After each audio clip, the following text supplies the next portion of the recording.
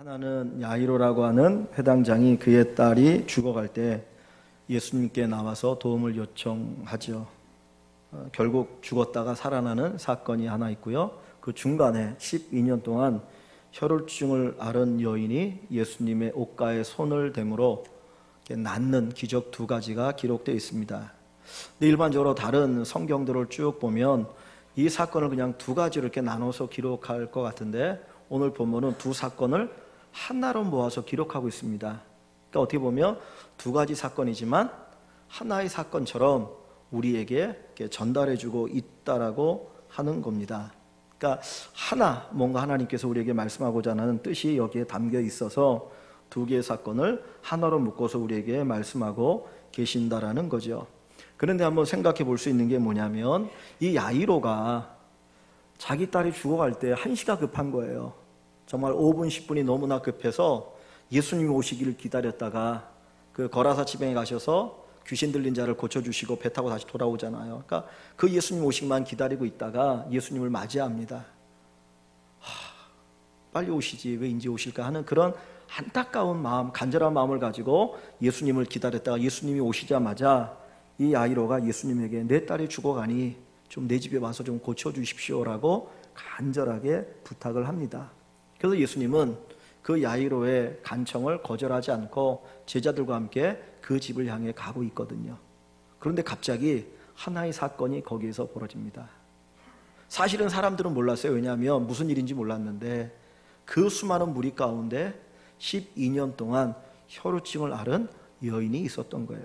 이 혈우증은 여자에게는 원래 혈우증이 없으니까 이 혈우증이라고 하는 것은 하혈을 하는 걸로 보시면 됩니다. 그러니까 12년 동안 계속해서 이 여인은 하혈하며 살았던 여인이에요. 그러니까 성경적으로 보면 레위기에도 이 혈우증 이런 질병은 부정하다, 종교적으로 부정한 병이라고 이야기를 하거든요. 그런데 이 여인이 12년 동안 고통을 당하다가 그의 마음속에 이런 생각이 든 거예요. 예수의 소문을 듣고 나서 내가 예수님의 손에 그 옷자락에 손을 대기만 해도 내 병이 나을 것 같은데. 그래서 그 무리 가운데 조용히 손을 내밀어서 예수님의 옷자락에 손을 댔습니다. 다른 사람은 손을 댔는지 안 댔는지 모르죠. 근데 딱 손을 대고 났는데 자기 몸에 뭔가 이상한 징조가 오기 시작하는 겁니다. 그 여인 자체가 내 병이 나았구나. 그리고 그 몸에 그 병이 낫는 어떤 그런 흐름이 나타나게 됩니다. 그리고는 이 여자는 이제 다 끝났다, 이제 그냥 집으로 돌아가면 되겠거니 그러고 마음 놓고 있는데 갑자기 예수님이 외치는 소리가 들립니다. 누가 내 몸에 손을 댔느냐. 버럭 화를 내는 것처럼 예수님께서 말씀하시자 사실은 제자들이나 사람들이 이렇게 놀래버린 거예요.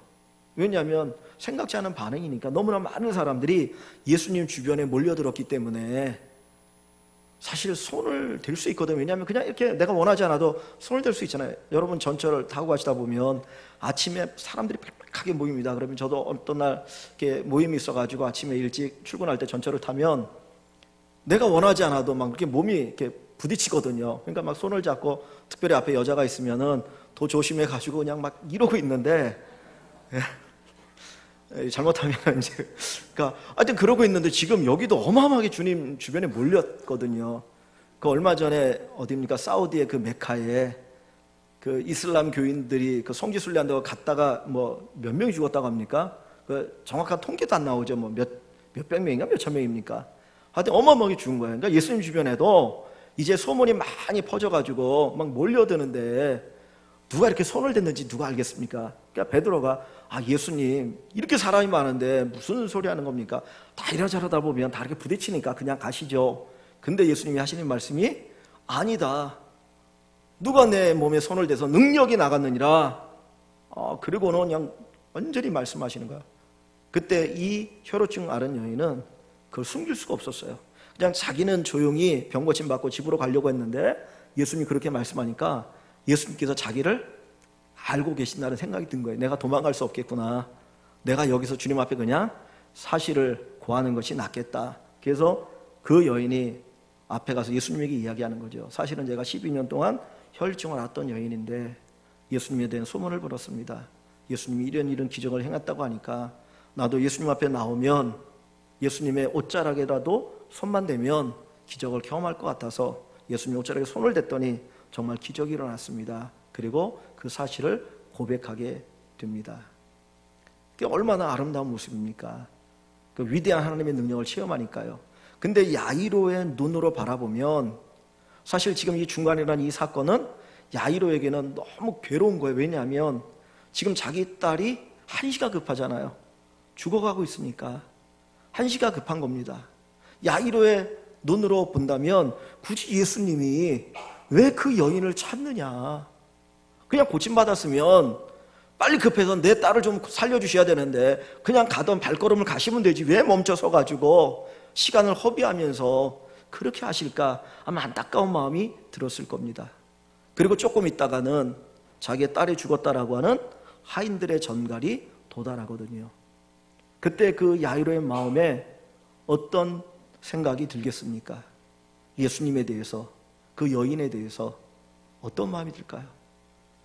저 여인 때문에, 저 예수님의 행동 때문에 살 수 있는, 잘하면 살 수 있는 내 딸이 죽은 것 아니냐, 그런 원망이 들 수가 있겠죠. 이게 숨이 붙어 있어야 살릴 거 아닙니까? 우리 여부 집사님 병원에 계시지만 숨이 그래도 붙어 있어야 살리지, 숨이 끊어져서 죽었는데 그 다음 뭘 어떻게 하겠냐는 거예요. 우리가 믿음 생활하다 보면 정말 하나님 앞에 간절할 때가 있어요. 그리고 기도할 때 뭔가 정말 속기속기 이루어지면 좋겠는데 중간에 생각지 않은 방해거리 같은 일들이 일어날 수 있다는 거예요. 마치 이 야이로에게 있어서 이 12년 동안 혈증 앓은 여인의 이 사건이 중간에 딱 끼어들어 버리면 정말 내가 원하는 것들이 이루어지지 않는다는 거죠. 근데 왜 하나님은 왜 그것을 허락하시는가? 주님께서 굳이 그 여인을 찾지 않으셔도 되는데 왜 그 여인을 찾았을까요? 야이로를 골탕 먹이시기 위함일까요? 사실은 정반대라는 거예요. 이 야이로는 지금 자기의 딸이 어떻게 되어 가는지를 알고 있습니까? 모릅니까? 모르죠. 그냥 예수님 앞에 나올 때 내 딸이 죽어가고 있다, 한시가 급하다, 그것만 알고 주님 앞에 나왔거든요. 근데 주님 앞에 지금 구하고 간구하고 있는 사이에 사실은 그 딸이 어떻게 된 겁니까? 이미 죽은 거예요. 왜냐하면 여기 본문 중간에 보면 그 얘기가 나옵니다. 49절에 아직 말씀하실 때, 지금 이 여인하고 대화를 나누고 있을 때에 49절에 그 12회를 혈우증을 앓았던 여인, 계속 기적을 경험했던 그 여인하고 대화를 나눌 때 회당장의 집에서 사람이 와서 말하되 당신의 딸이 죽었나이다. 이미 죽었어요. 그러니까 야이로는 사실은 이미 자기 딸이 죽었는데 그걸 알았어요? 몰랐어요? 모르는 거예요. 그냥 이전에 예수님을 만나기 위해서 떠나왔을 때 그 상태만 생각하고 예수님에게 지금 간구한 거죠. 근데 사실은 현재 그 순간 이미 딸은 죽어 있었어요. 그러니까 주님이 일찍 간들 죽은 거는 이미 죽어 있는 상태이기 때문에 야이로가 생각했던 것과 다를 수 있다는 거예요. 그러면 왜 주님께서 이 일을 하셨느냐? 사실은 누구를 위해서예요? 야이로를 위해서 이 여인을 찾은 거예요. 야이로가 예수님께 나오지만 사실 우리의 믿음도 그렇잖아요. 우리가 기도하면서 100% 여러분이 그 확신을 가지고 기도하십니까? 내가 기도할 때 내 문제를 놓고 기도하는데 100% 이 기도가 다 응답될 것이라 믿고 기도한다. 얼굴 보니까 아니신 것 같아요. 예. 근데 야이로 입장에서 예수님 앞에 자기 딸이 죽을 때 나오지만 100% 예수님이 가면 나을 것이다, 그 믿음이 있겠습니까? 또 이미 죽었다라고 하는 소식을 듣는다면 그의 마음속에 어떤 마음이 일어나겠습니까? 여기 50절 말씀에 보면 예수님이 이렇게 얘기하셔요. 예수께서 들으시고 이러시되 뭐 하지 말라?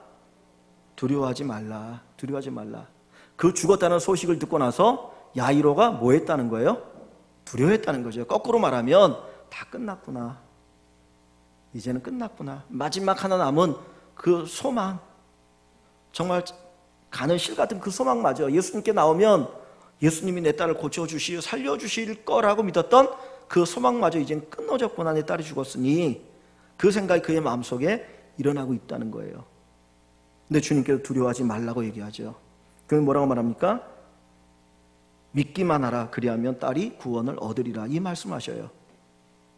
그런데 이 말씀이 강력한 힘을 갖게 되는 것은 무엇 때문이냐면 바로 12년을 혈우증 앓은 여인이 고침받은 사건 속에서 힘을 얻을 수 있는 거예요. 야이로의 마음속에는 주님 앞에 나오면서도 그 조금의 의심이 있는 겁니다. 두려움이 있는 겁니다. 그런데 거기에다가 그 딸이 죽었다는 소식을 들었을 때 이제는 절망하고 포기하고 싶은 생각이 그에게 있어요. 그런데 주님께서 그 야이로에게 뭐를 보여주셔요? 12년 동안 혈우증을 앓았던 여인이 고침받는 기적을 보여주시는 거예요. 그러면서 예수님이 어떤 능력이 있는지를 그로 하여금 먼저 보고 듣고 그리고 믿음을 갖게 하면서 주님이 죽은 내 딸도 살려주실 것이라고 하는 그 믿음을 갖게 하시는데 여기 목적이 있다는 거죠. 우리가 기도할 때에 아까 말씀드렸던 것처럼 의심이 있을 수 있어요.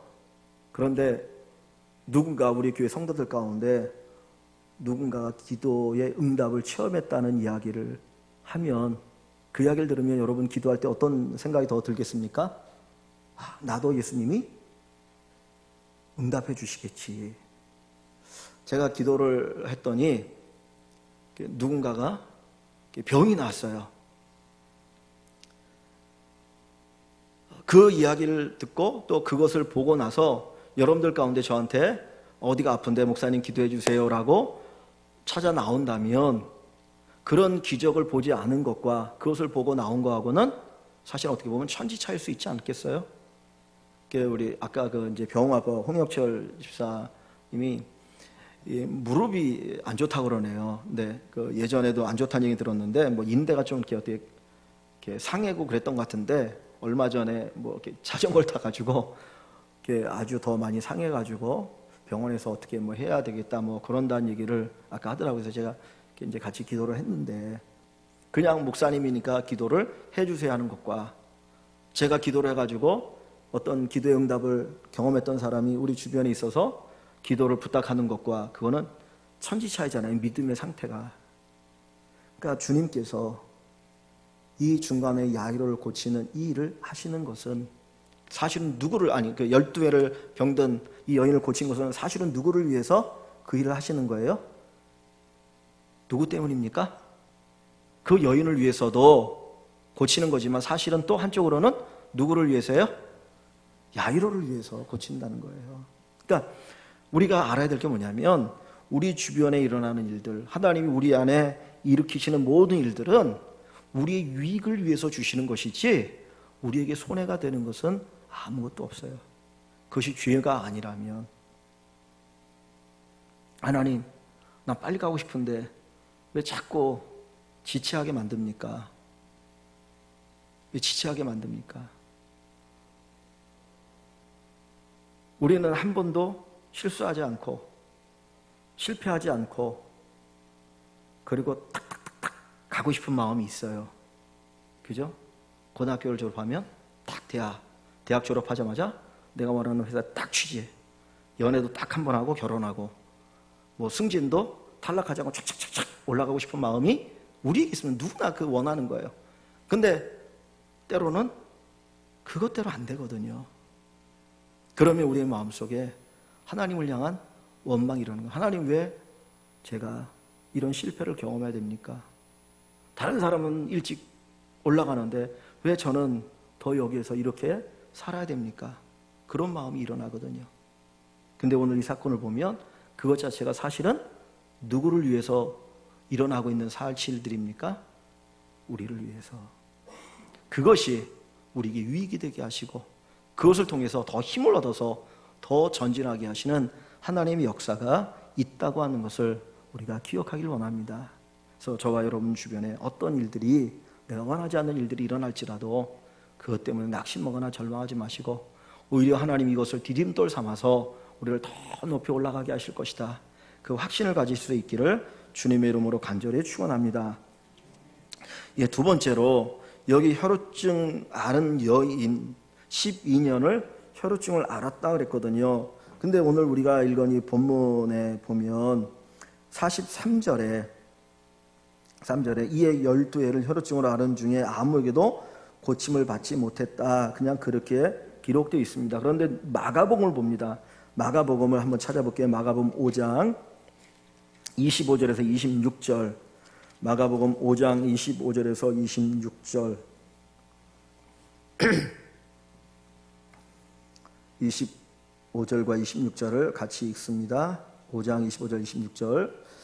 12해를 혈루증으로 앓아온 한 여자가 있어 많은 의사에게 많은 괴로움을 받았고 가진 것도 다 허비하였으되 아무 효험도 없고 도리어 더 중하였던 차에. 아멘. 자, 여기 보면 이 여인이 12년 동안 혈루증을 앓았는데 12년 동안 혈루증을 앓으면서 어떤 과정을 겪었다고 이야기하나요? 26절에 보니까 많은 의사를 찾아갔어요. 많은 의사를 찾아간 거 보면 나름대로 뭐가 있다는 겁니까? 돈이 좀 있던 거죠. 그죠? 이 당시에 의사를 찾아가는 거는 아무나 찾아갈 수 있는 건 아니잖아요. 이런 얘기를 드리면 어떨지 모르겠는데 저희 이제 어머님이 어렸을 때 화상을 입으셨어요. 근데 이제 뭐 시골에서 자라셨으니까 화상을 어떻게 이제 입으셨는데 뭐 옛날에는 가난하니까 병원을 제대로 못 가잖아요. 그러니까 화상을 딱 입으면 나름대로 응급처치한다고 뭐를 이렇게 하는 줄 아세요?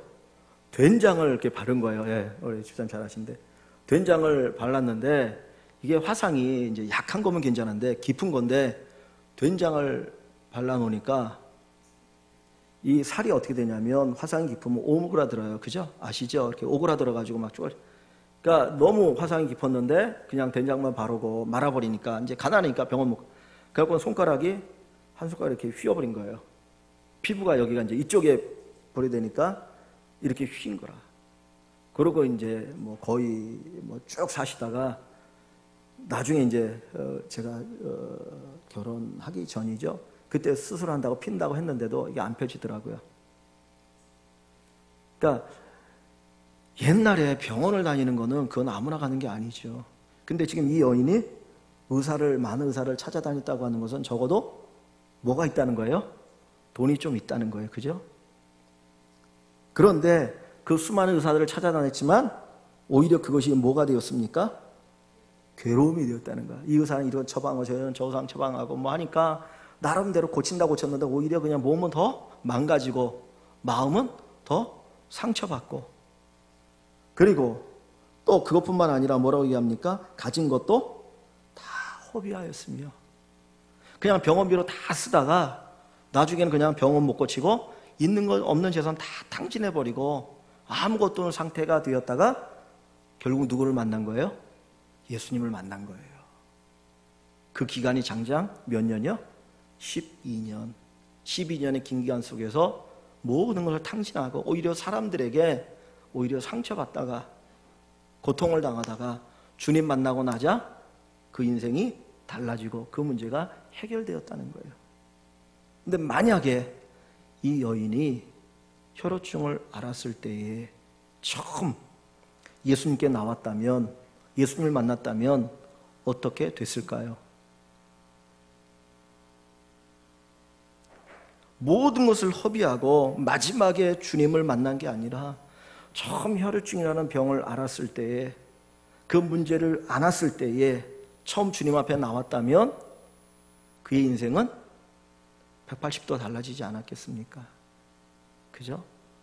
모든 것을 허비하고 버림받고 외면당하고 손가락질 당하던 그의 인생이 건강하게 그가 가지고 있던 그 재물들을 정말 유익하고 선한 데 쓰면서 멋있는 인생을 살지 않았을까? 근데 사실 성경에는 이 여인이 혈루병을 처음 알았을 때 예수님을 만날 수가 없어요. 왠지 아세요? 예수님은 공생의 사역을 3년밖에 안 했기 때문에 사실은 처음에 만날 수 있는